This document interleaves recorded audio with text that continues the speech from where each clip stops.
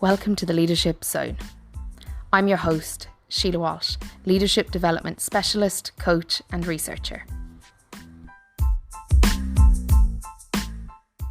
Inclusive leadership within for-profit organisations is not the same as inclusive leadership in not-for-profit or in the public sector. And the central reason for this is that the purpose of for-profit organisations is to provide profit, whereas a not-for-profit is usually the service user of the organisation. And if it's a public organisation, then the purpose is to serve society and the public. And so those slight differences in intention and responsibility and remit make the world of difference to how inclusive leadership can be conceptualised, operationalised, and engaged with within the setting. So my PhD is primarily focusing on inclusive leadership in for-profit organisations because there is a societal expectation now and an expectation from employees and potential employees that organisations are inclusive and that they engage with the social justice issues more proactively. However, there is a misunderstanding that it is the organisation's responsibility to place this moral and social imperative on its purpose. And the thing is, for-profit organisations have always been set up to make profit. And while I agree with the moral and social requirements of diversity and inclusion work, what we ignore is that how you bring inclusion to life in for-profit organisations needs to be different to how you bring inclusion to life in other types of organisations or settings.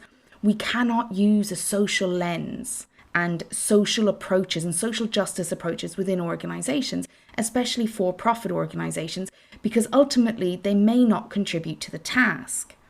We don't have a choice usually about what society we belong to. It's usually the one we are born into, or we've had to flee to, or the one that allows us to flourish in some way. But organisations do have a different experience. People are not there through obligation necessarily. People aren't there because their circumstances only.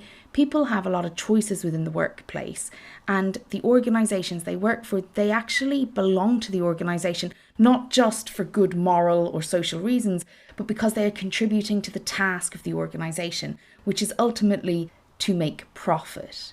Now, organisations have got better at making profit being the byline or the byproduct of a central purpose. And that's really clever because people need purpose, and making money isn't that motivating when it's for someone else or for the organisation. So you do need a purpose that people aspire to. But everybody doesn't just belong in your organisation and shouldn't just be included, because your organisation is designed to provide profit. It's to achieve a certain purpose. And so everybody who comes into your organisation to join the organisation is doing so with the agreement that they will contribute value to the outcome of the organisation, the task at hand. And so when we think about inclusion efforts, we need to think about it in relation to how it helps people achieve the task at hand. And I agree, there's people listening who are saying, yeah, but Sheila, it's morally right and socially right. And that's fine. But right doesn't keep it central during difficult times, during recessions, during crisis. Right isn't enough for organisations. Organisational systems become distracted by crises, risks, opportunity, and are affected by multiple different things that usedn't affect them. We've got work from home, we've got hybrid working, we've got new legislation, you've got global crises. All of these things impact your organisation and distract it from the list of the right things we think it should do. And so if we want inclusion to be central in for-profit organisations, we have to tie inclusion to the purpose of the organisation, which is creating profit. Now, I'm not just saying, I'm being a bit cursed with that. I'm not just saying just about profit, but I'm saying contributing to the task. And there's multiple stages along the journey in a for-profit organisation. There is contribute to the onboarding, contribute to the employee experience, contribute to innovation, contribute to creativity, contribute to psychological safety, contribute to team performance, contribute to management performance, contribute to senior leadership performance, contribute to the bottom line, contribute to better decision making, contribute to being more agile in the current workplace. Inclusive leadership and inclusion can do these things. But when we teach inclusion and inclusive leadership as a parallel journey the organisation is on, and we haven't weaved it into the DNA of the organisation, we haven't weaved it into how we do business, and we haven't weaved it into improving our performance, improving how we do business, improving all of those touch points within the organisation, then it will be dropped and left when the next crisis, when the next challenge, when the next stocks dip, all of those things will take precedent over inclusion.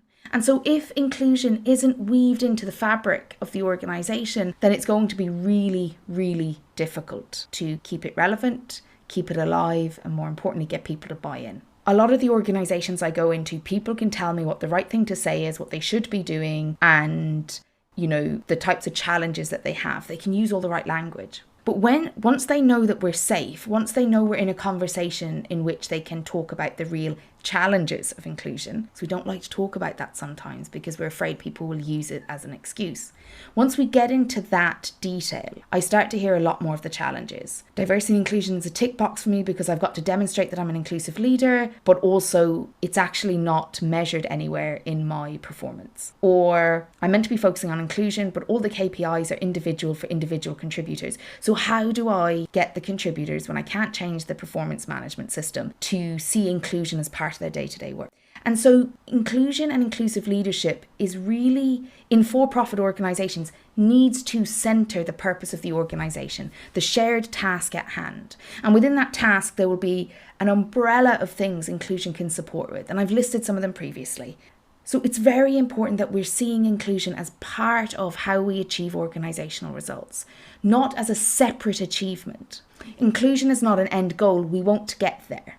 That doesn't mean it's not worth doing. There's lots of things we strive for that we won't achieve in the world. We shower every day, but we don't say, well, I've showered now, so it's over. We know that it's an ongoing practice, and inclusion is the same. So for inclusion to be an ongoing practice that is kept alive in your for-profit organisation, then you need to ensure that it's weaved into how all of the other achievements are achieved. When it's parallel, what I start hearing about is we speak about it, but we don't do it. We reprimand people for discrimination, which, by the way, discrimination can be legislated for. Inclusion generally isn't.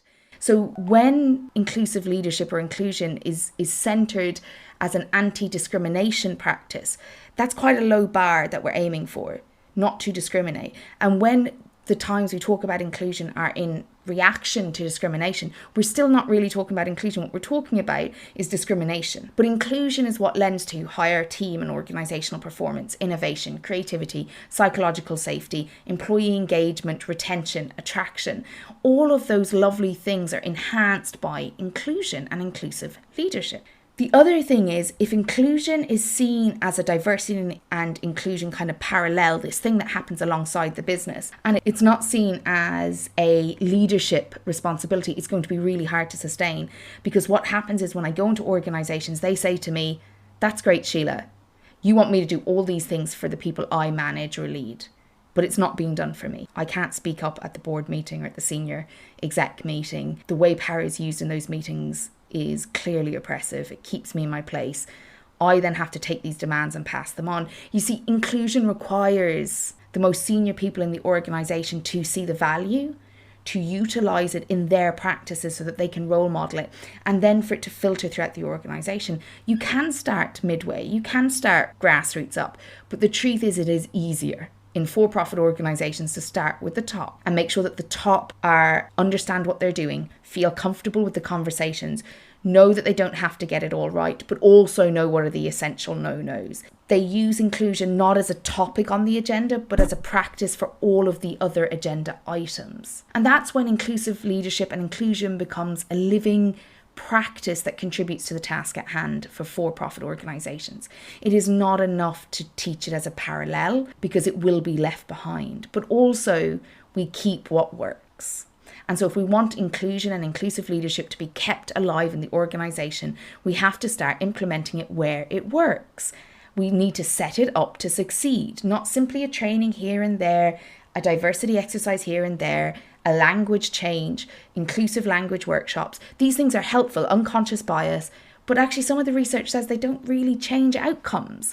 They might change what people cognitively understand, what they consciously know. It doesn't necessarily change behaviour, doesn't necessarily change culture and engagement. So we do need to think a bit further than what we've been doing previously. If we want this to be sustained, if we want it to be powerful, if we want it to be effective in our workplace, we need to align inclusion and inclusive leadership with the results every team, leader, manager, and the organisational leadership team want to achieve. And that's how we keep it alive. If you have any questions, you can pop over to my YouTube channel, you can pop over and register for my leadership letters, or you can @ me at any of the social media sites at Sheila Walsh 1. I look forward to hearing from you. Pop any questions you have below about for-profit organisations and inclusion and inclusive leadership, and I'd be happy to talk to you and answer the questions. Thank you. Thank you for listening to the Leadership Zone. We can continue this conversation over on Twitter, and my Twitter handle is at Sheila Walsh 1, or at LinkedIn, you'll find me under Sheila Walsh. To book a free consultation to discuss your leadership needs or the leadership development needs of your organisation, simply visit my website www.sheilawalsh.com and book a free leadership consultation. I look forward to hearing from you.